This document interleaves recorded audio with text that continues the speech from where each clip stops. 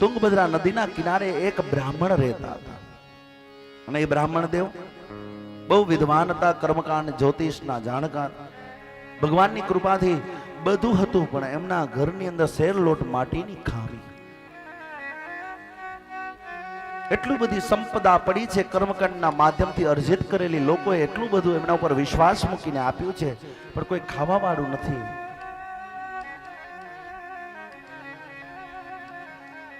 ઘરની અંદર મીઠાઈ લઈ આવે તો એ મીઠાઈ બગડી જાય, તુલસીનો છોડ આવે તો તુલસીનો છોડ એ સુકાઈ જાય છે,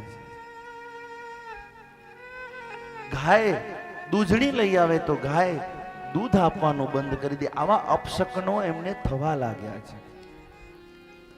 પૂછે છે કારણ શું? કે વાંજિયાપણું છે ને એ મોટામાં મોટું કારણ છે. કેમ દૂર થાય? શાસ્ત્રમાં પ્રમાણો આપ્યા છે કે જેને સંતાન પ્રાપ્ત ન થતા હોય ને, ગરુડ પુરાણમાં ઉપાયો બતાડવામાં આવ્યા છે. શાસ્ત્રજી ગરુડ પુરાણમાં કે એને શિવ ભક્તિ કરવી જોઈએ, શિવની પૂજા, લઘુરુદ્ર જેવા યજ્ઞ જેવા મોટા કાર્યો કરવા જોઈએ. જેને સંતાન ન થતા હોય એને હરિવંશની કથા સાંભળવી જોઈએ, દુર્ગા સપ્તસતીના ગોપાલ સંતાન સાથે અનુષ્ઠાન કરાવવા જોઈએ, અવશ્ય સંતાન થાય, અને ભાવથી પિતૃઓની પૂજા કરવી જોઈએ. સંતાન પ્રાપ્તિ માટેની જેટલા પણ અનુષ્ઠાનો હતા, વિદ્વાન પંડિત કર્મકાંડ જ્યોતિષના જાણકાર હતા એટલે કર્યું, પણ છતાંય સંતાનની પ્રાપ્તિ થઈ નહીં. એક દિવસ નક્કી કર્યું, ઘરનું ત્યાગ કર્યું. ઘરનું ત્યાગ કરીને આજે મારા પ્રાણ ત્યાગી દેવા છે, આવી રીતે જીવવું એના કરતાં તો મરી જવું સારું. જંગલમાં જઈને રડવા લાગ્યા છે. મસ્તક ઉપર ત્રિપુંડ છે, જનૈયો ખંભા ઉપર લબકારા મારી રહ્યો છે. ત્યાંથી સાધુ આવ્યા. સામેથી સાધુને જોઈને વંદના કરી, ચરણ સ્પર્શ કર્યા છે. સાધુ મહાત્માએ યતિએ જોયું, આ તો રડે છે. કોણ છો? બ્રાહ્મણ. બ્રાહ્મણ રડે નહીં, કોઈ રડતું હોય તો એને બંધ કરાવે. શું કામ બ્રાહ્મણ દેવ રડો છો? कि साधु महात्मा भगवान की कृपा से सब है, लेकिन इतनी संपदा मैंने अर्जित की हुई है, उसको खाने वाला कोई नहीं है, सेर लोट माटी की कमी है, वो आप पूर्ण कर सकते हो, ऐसे कोई आशीष मुझे प्रदान करो. साधु महात्मा कहवा लाग्या કે સંતાન હોય એ તો જરૂર છે, પણ નથી તો એના માટે રડવાની કઈ જરૂર નથી. જેને દીકરાઓ છે એને પૂછી તો આવો, એ ક્યાં સુખી છે. મહાત્મા ના પાડે છે કે એના માટે એટલી બધી તું મહેનત ન કર, તું રડ નહીં. ત્યાં તો આ બ્રાહ્મણ દેવ સમજાવે છે કે દીકરો હોય તો આપણે ગુજરી જઈએ, પછી તર્પણ કરે, પિંડદાન કરે, આપણી ગતિનો માર્ગ મોકળો કરે, એટલા માટે મારે દીકરાની જરૂર છે. ત્યાં તો સંત કહેવા લાગ્યા કે તું બરોબર કહેશ કે દીકરો હોય, શ્રાદ્ધ હોય, તર્પણ કરે, પિંડદાન કરે, પણ ભગવાને તને મોકો આપ્યો છે, તારી સંપત્તિથી તું જ તારું કલ્યાણ કરી દે. દીકરો જન્મશે ને પછી સારો નીવડે કે ન નીવડે, એનાથી તું તારી સંપત્તિ એ દાન કરી અને યોગ્ય માર્ગ, ભજનના માર્ગે હાલે છે. જીદ કરી છે કે નહીં સાધુ મહાત્મા મને દીકરો જોઈએ છે. ઘણું સમજાવ્યું, સમજ્યા નહીં. ત્યાં તો સાધુ મહાત્માએ કપાળ તરફ દ્રષ્ટિ કરી છે. સપ્ત જન્માવધિ તવ પુત્રો નૈવચ નૈવચ. આ એક બે જન્મની નહીં महाराजी, 7 जन्म तक उसको पुत्र नैवच नैवच. महात्मा ने देख लिया, भाल में उनको तो पुत्र सुख लिखा ही नहीं. ब्राह्मण देव को कहने लगे, आत्मदेव सुन ले, तेरे एक इस जन्म में नहीं 7 जन्म तक तुझे संतान का सुख नहीं हुई. અને આ સાંભળી અને આત્મદેવ તો વધુ અપેક્ષાઓ રાખવા લાગ્યો કે તમે મારું કપાળ જોઈને એમ કહી શકતા હો કે 7 જન્મ સુધી મને દીકરો નથી, તો તમે ત્રિકાળ જ્ઞાની છો, તમે તો બધું જાણો છો, તો તમે મારું ભાગ્ય જગાડીને તમે મને દીકરો આપો.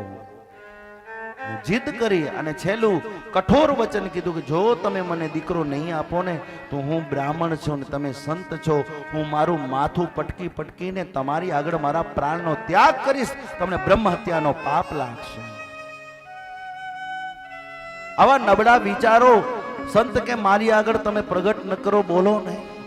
તને દીકરાની જરૂર છે ને, મને બ્રહ્મહત્યાનો પાપ જોઈતો નથી. જોલીમાં હાથ નાખ્યો અને જોલીમાં હાથ નાખી, બાવાજી તમારી જોલીમાં જાગીર એમ સાધુ મહાત્માની જોલી હોય અને એ હાથ નાખે ને એમાંથી કાંઈક મળી જાય ને બાપ, તો બેડા પાર થઈ જાય. એ પછી જે મળે ક્યારેક ક્યારેક એવા આશીર્વાદ લઈ લેવા. ઘણા બધા લોકો સાધુ સંતો પ્રસાદી આપે ને તો એ લેવાય તૈયાર નથી લેવા. અરે અમને ફોન કરે, મહાત્મા રુદ્રાક્ષ દીધું છે, ઘરમાં રખાય કે ન રખાય? અરે રુદ્રાક્ષ રાખને, ઓલા તાવીજ લઈને ફરસ પડ્યો જેવા તેવા ઈ રાખ. ન પહેરવાના બધું પહેરી પહેરીને આ ભટક. મૂળ જે પહેરવાની વસ્તુ છે એ મૂળ પહેરી લે, રુદ્રાક્ષ પહેરી લે. અહીંયા સાધુએ જોઈ લીધું કે ભાઈ એના તો ભાગ્યની અંદર 1 2 નહીં 7 જન્મ સુધી પુત્ર નૈવચ નૈવચ, તમે મને દીકરો આપો. જોલીમાં હાથ નાખ્યો, ફળ આપ્યો, ફળ આપીને રાજી થયો. યમ નિયમ દીધા, તારી ઘરવાળીને ખવડાવજે, બરોબર 9 મહિને તને દીકરો પ્રગટ થશે, લે આ તને પ્રસાદી. આ તો સાધુના વચન કોઈ દિવસ મિથ્યા ન થાય. આત્મદેવને ખબર હતી. ઘરે ગયો. આત્મદેવની પત્નીનું નામ હતું ધુંધુલી. ધુંધુલીનો અર્થ થાય છે અવળી બુદ્ધિ. પહેલા તો એક ધુંધુલી હતી, હવે ઘર ઘરમાં ધુંધુલી થઈ ગઈ. પહેલા એક જ હતી આત્મદેવને. ધુંધુલી એટલે અવળી બુદ્ધિ. પતિ કહે કે બટેટાનું શાક ખાવું છે તો રીંગણા બાફીને બેઠી હોય એ ધુંધુલી. પતિ કે એનાથી વિપરીત કામ કરવું, ઘરના વડીલો કે એનાથી વિપરીત કામ કરવું, બધી ધુંધુલી. અને એને પ્રિય શું હતું કે કજિયો ને કંકાસ એને બહુ પ્રિય હતું. આ ભાગવતમાં લખેલ છે, લોક વાર્તા રતા ક્રૂરા પ્રાયસો બહુ જલ્પિકા સુરાચ ગ્રહ કૃતે શુક્રપડા કલહ પ્રિય. ભરતભાઈ, કલહ પ્રિય જેને રોજ ઝઘડો પર જોવે નહીં, કરાવે નહીં ત્યાં સુધી એને શાંતિ ન થાય. ને સાંજે 7 વાગે ને અમુક લોકો કાં તો પાર્ટીઓમાં જાય છે ને કાં તો બારે ઓટલા. આ નક્કી થઈ ઓટલા બની ગયા છે, ફળીએ ફળીએ. ગૌકર્ણ ઉપાખ્યાન કીધું છે કે એનું સ્વભાવ હતો ધુંધુલીનો, અવળી બુદ્ધિ. સંતનો પ્રસાદ મળ્યો છે, લાયક દીકરા માટેનો પ્રસાદ હતો. હાથમાં જ્યાં પ્રસાદ આવ્યો એ પ્રસાદના અનુરૂપ વર્તન કીધું હતું કે આટલા યમ નિયમો આપું છું, યમ નિયમો તમે પાડજો તો વાંધો નથી. પણ યમ નિયમો પડાતા નથી ને અંતે ફળને જોઈને ધુંધુલી વિચાર કરે છે કે આ ફળ ખાઈ જઈશ, મારા પતિ ભોળા છે, ગમે તે પ્રસાદ આપે તો એ લઈ આવે. ક્યારેક ખાખ લઈ આવે, ક્યારેક ભભૂતિ લઈ આવે, ક્યારેક કોઈક માળા લઈ આવે. પણ અત્યાર સુધી એનું કોઈ ફળ આવ્યું નથી ને હવે કોઈક સાધુએ પ્રસાદ દીધું છે તો એ ફળ લઈ આવ્યા છે. મારે ખાવું નથી, પણ નહીં ખાવું તો આ ફળનો ટેસ્ટિંગ કેવી રીતે થશે? આ સાધુનો પ્રસાદ મારે ટેસ્ટ કરવો છે. એટલે જે ફળ હાથમાં હતો, આંગણામાં ઉભેલી ગમાણમાં ગાય હતી, ગાયને ખવડાવી દે છે. ગાયને ખવડાવી અને પોતે ફળ ખાઈ ગઈ એવું પતિને ભોળપણમાં કહે છે. અને ત્યાં તો વિચારો લાદ્યા હતા. એવા હલકા વિચાર કરવા વાળી સ્ત્રીઓ ત્યારે હતી. મનમાં વિચાર શું આવ્યું કે આ ફળ ખાઉં અને પછી મને ગર્ભ રહી જાય અને પછી નણંદ આવીને બધું લઈ જાય તો? પેલા આવતી નણંદો સમહર નંદદે સમહરે તદા આવું શબ્દ લખશે. નણંદ આવશે અને બધું હરીને લઈ જશે. એટલે મારે એવું કાર્ય કરવું નથી. મારા પતિ તો ભોળા છે, હું એ પ્રસાદ ગાયને ખવડાવી દઉં, એમને ખબર નહીં પડે ને ગર્ભવતી છું એવું નાટક કરી દઈશ. એવા નાટક કર્યા છે. બરોબર 9 માસ પૂર્ણ થયા ત્યારે ગાયને જે ફળ ખવડાવ્યો હતો ને એ ધીરે ધીરે એનો પેટ વધવા લાગ્યો છે. વિચાર કરે છે કાંઈક તો છે, કાંઈક તો ગાયને બીમારી છે. પણ જ્યારથી ફળ દીધું ગાયનો પેટ વધે છે. અને પોતાના પતિને કહેવા લાગી કે મારે પણ સારા દિવસો છે, તમે કદાચ ફળ લઈ આવ્યા છો, એ ફળનો પ્રભાવ મારા ગર્ભ ઉપર દેખાય છે, પણ આપણી પાસે પૈસા ઘણા છે. મારી બેન છે ને એ બહુ ગરીબ છે, એને સેવા માટે બોલાવી લઉં, એ પણ ગર્ભવતી છે, અમે બંને બહેનો મળીને ઘરનું કામ કરશું. પતિ તો ભોળો હતો, સુખ મળવાનું છે એના આનંદમાં જ ઓતપ્રોત બનેલો હતો. સમય જતા વાર નથી લાગતી.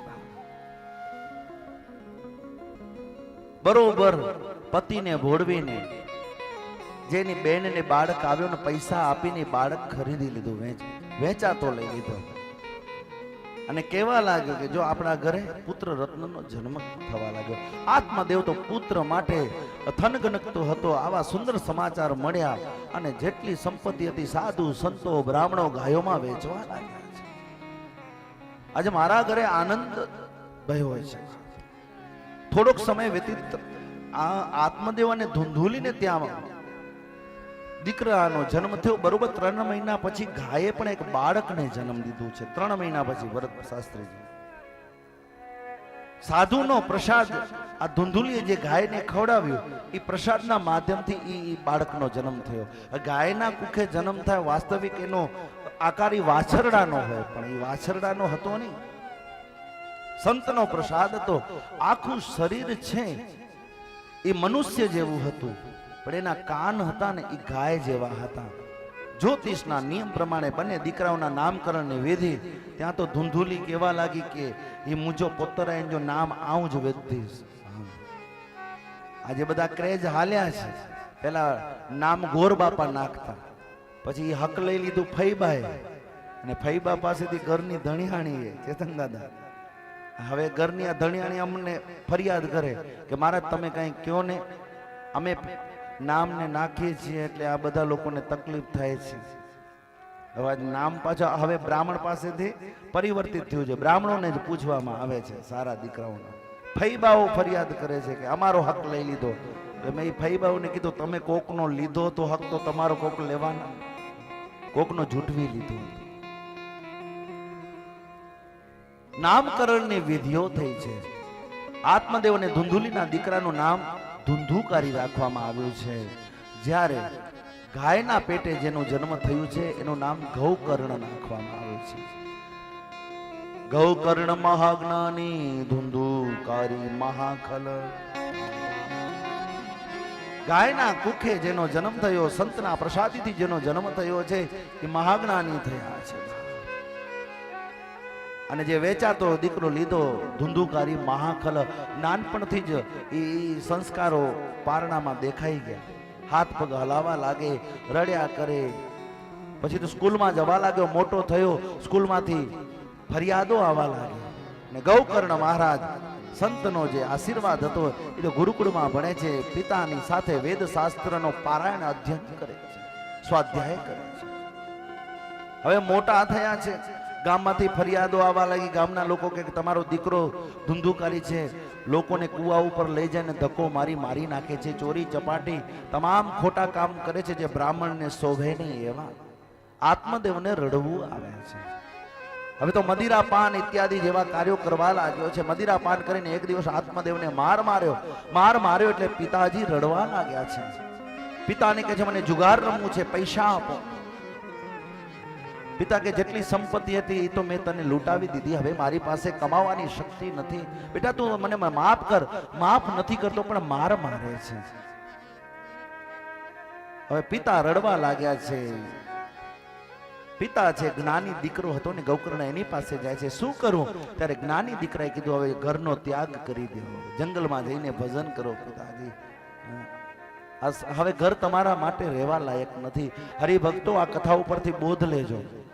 આત્મદેવ નામનો બ્રાહ્મણ જ્ઞાની હતો, બધું જાણતો હતો, છતાં પણ દીકરો ન હતો તો શું થયું? ઘર મૂકવાનો વારો આવ્યો. અને આજે દીકરો છે ને તો ઘર મૂકવાનો વારો આવે છે. એટલે દીકરાથી બધાને સુખ નથી, અને દીકરાથી બધાને સુખ હોય ને તો ભારતની ભૂમિ ઉપર કલંક રૂપી વૃદ્ધાશ્રમ કોઈ દિવસ બનત નહીં. યાદ રાખજો.